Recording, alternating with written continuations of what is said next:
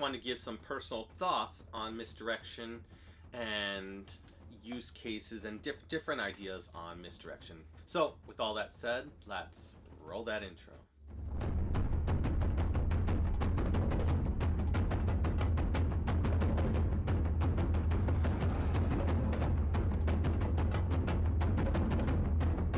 So while misdirection is a little bit more talked about or used a little bit more than it has been in the past, it's still widely unknown by a lot of magicians, especially those who get started by watching, different social media posts and stuff of that nature, where they just focus specifically on their hands and little focus on the true performance, seeing the whole performer and how they utilize the space or props or however to be able to get ahead, and using misdirection in place of techniques or possibly even ruses to be able to get where they need to be. And it can save time, it can be a lifesaver, it can just be a great form of practice and something we should practice and utilize as performers. So if you're actually looking to just know how to misdirect, then I would probably direct you to the LAP DVD, LAP, where it's by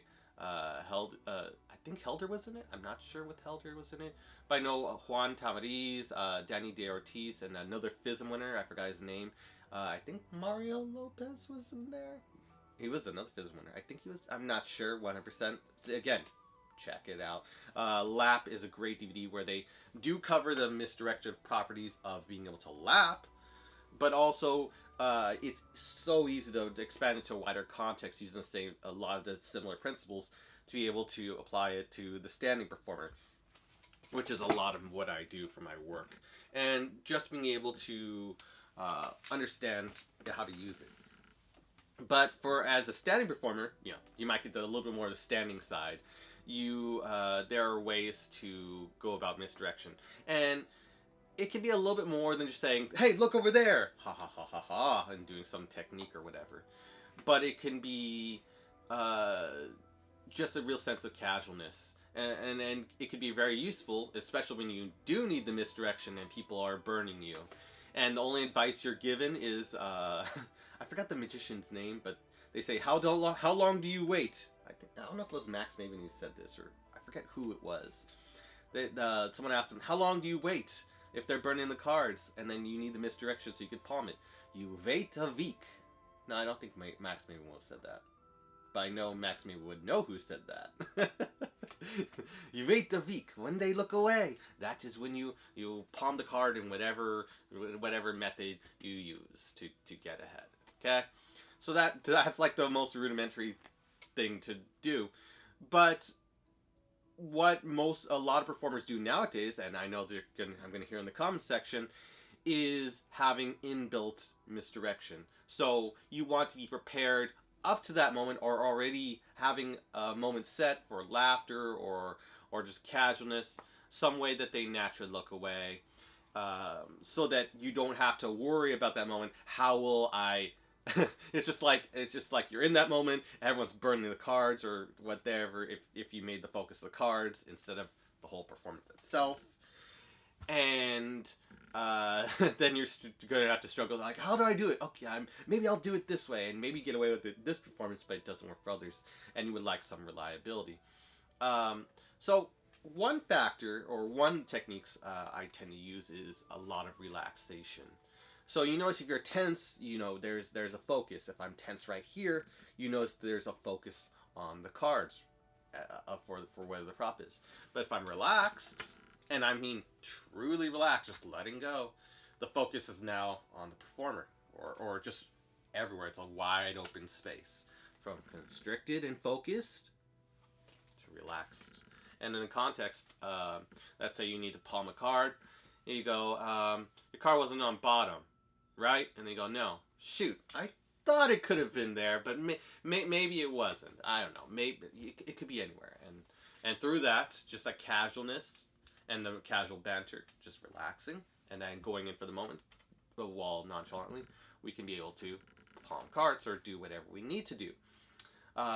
So that's one technique, to be able to relax. And by relaxing, we can do things on the offbeat when I relax, and they go, your card can be anywhere, and by relaxing, I can reverse a card on my body. And I would do this normally standing. I know there's cover the table, you can say that, I get it. But, again, I could, you know what, I'll just do it standing. And then I relax, and then I do the turnover of the card for, let's say, a double or whatever. And it's during a relaxed moment that really, really helps. And that's one of my real go-tos, is just relaxing. The second way is tell a well-orchestrated joke. So, and this is the example I'll use. Let me use a casual example. Give me a second to find it. Ooh. Okay, found it. Okay. Just wanted to make it really obvious for what is to come. So, I'm going to go across the cards. There is no break for all the magicians here. I bet they're going to jack this technique at the end of this video. It's the rollover force, by the way. Oz Perlman popularized it. So, as I go across the cards, you tell me whenever you want to stop, whenever you like. And they say stop. Right there, right there. Okay. Well, before I usually ask one question, if I may. And the question is the following. Do you want to change your mind, or do you like the mind you have? And they all start laughing. I like the mind I have. And I'm like, okay, that's very good. Here, take it. And then they peek it, and lo and behold, we have forced the ace of spades, which is great. Told you I tried to make it obvious. And again, the technique relies, because if I just did it without the misdirection, and everyone was burning it the whole time when I do the move, people would know I'm just forcing the top card. Oh, yes. But because of the relaxation, I'm using the casualness, the relaxing as I do the move, and people tend to relax themselves. They'll think, oh, he's just being funny, you know. There's no way you can do it, because a natural presumption is you need to do it while under tension, while under focus to do it. But this is where it not only throws off spectators and magicians. It's just the natural flow, just to do it while relaxing, not showing any tension. So if you could learn to do techniques while relaxing and learning to incorporate the relaxing into the focus point. If you want people to focus, then you add tension to a moment. If you want just to not focus, you can relax. So it's something you can work on. You don't need to go fully back to do it, but I do this as an exaggeration to hopefully drive a point across. So for the Ace of Spades case, I make an orchestrated joke. Do you want to change your mind, or do you like the mind you have? And then after they answer, and then the third step, which is, and I usually use my own eyes for this. I'm just doing this because the light is bright right here. I usually mention to them,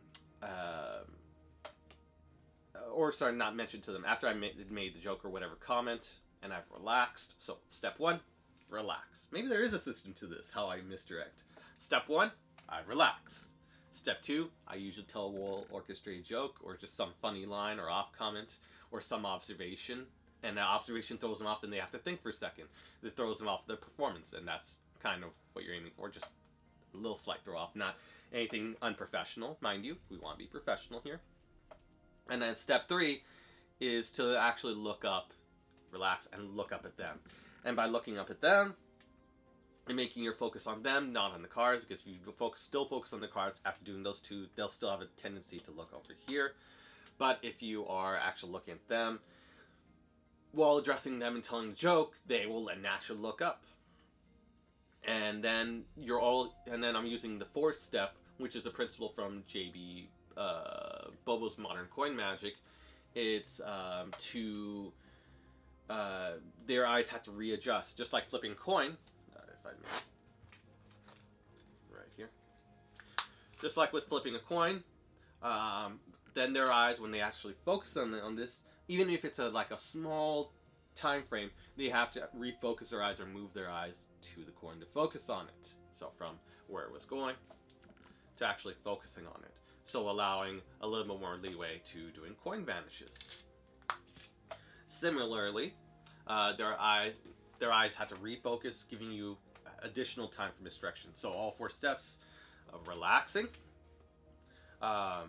Step 2 being telling a joke, possibly. It's optional. Step 2 is kind of optional, but it does add to the whole flavor and the whole experience of it for me. and it's only if it's with you, your personality, your style, or you could just make a comment, however. And then step 3, looking up the spectator. Okay. And then step 4, I hear someone just honking in the background. That's crazy. And then step 4 is, so step 3, looking at them and dressing them. And step 4, when you do decide to do the technique on a relaxing moment, even if their eyes do readjust or go to refocus on it, they can't see anything for a brief second. And so you already have that time to do whatever you need to do. Done. So those are like some of the factors. I know there's probably more I'm not thinking about in the moment, but those are just the general factors when I'm doing standing and I'm engaging spectators and everything, and how I use misdirection or use my techniques to accomplish, or use misdirection to accomplish something I need to get done. Because misdirection is really not used. You look at a lot of performers today, most performers, like just even average to intermediate pros, you know, they have utilized, they have studied it, I get it, they know how to use it. And maybe they don't use it often, but when they do, it's great. And those who use it a lot, Slidini, great performer, really can do some impossible stuff because they time it so well with the coins, the 3 coins across effect, to just watch any of Slidini's effects, and he'll just use misdirection over and over and over and over again. His sponge balls over the head, or newspaper over the head. Just go on YouTube and just type in Slidini misdirection. You'll see the beauty that misdirection can have. And he has his own techniques. You can go study Slidini if you want for misdirection and more on that. And again, these are only the ways I use misdirection in my work and my style to be able to get what I need done and save me time and effort of having to do extra moves, or for fear of being burned or stuff of that nature to get what I need to do done. So I hope these techniques were useful to you. And my references, again, if you want to learn misdirection, Slidini, or the Lap DVD with Juan Tamariz in it, that's already a bonus. Any DVD that has Juan Tamariz in it is a blessing. It's great. So with all that said, wishing everyone a wonderful day. And if you haven't checked out this video or this video yet, definitely check them out. And I will see you in the next video.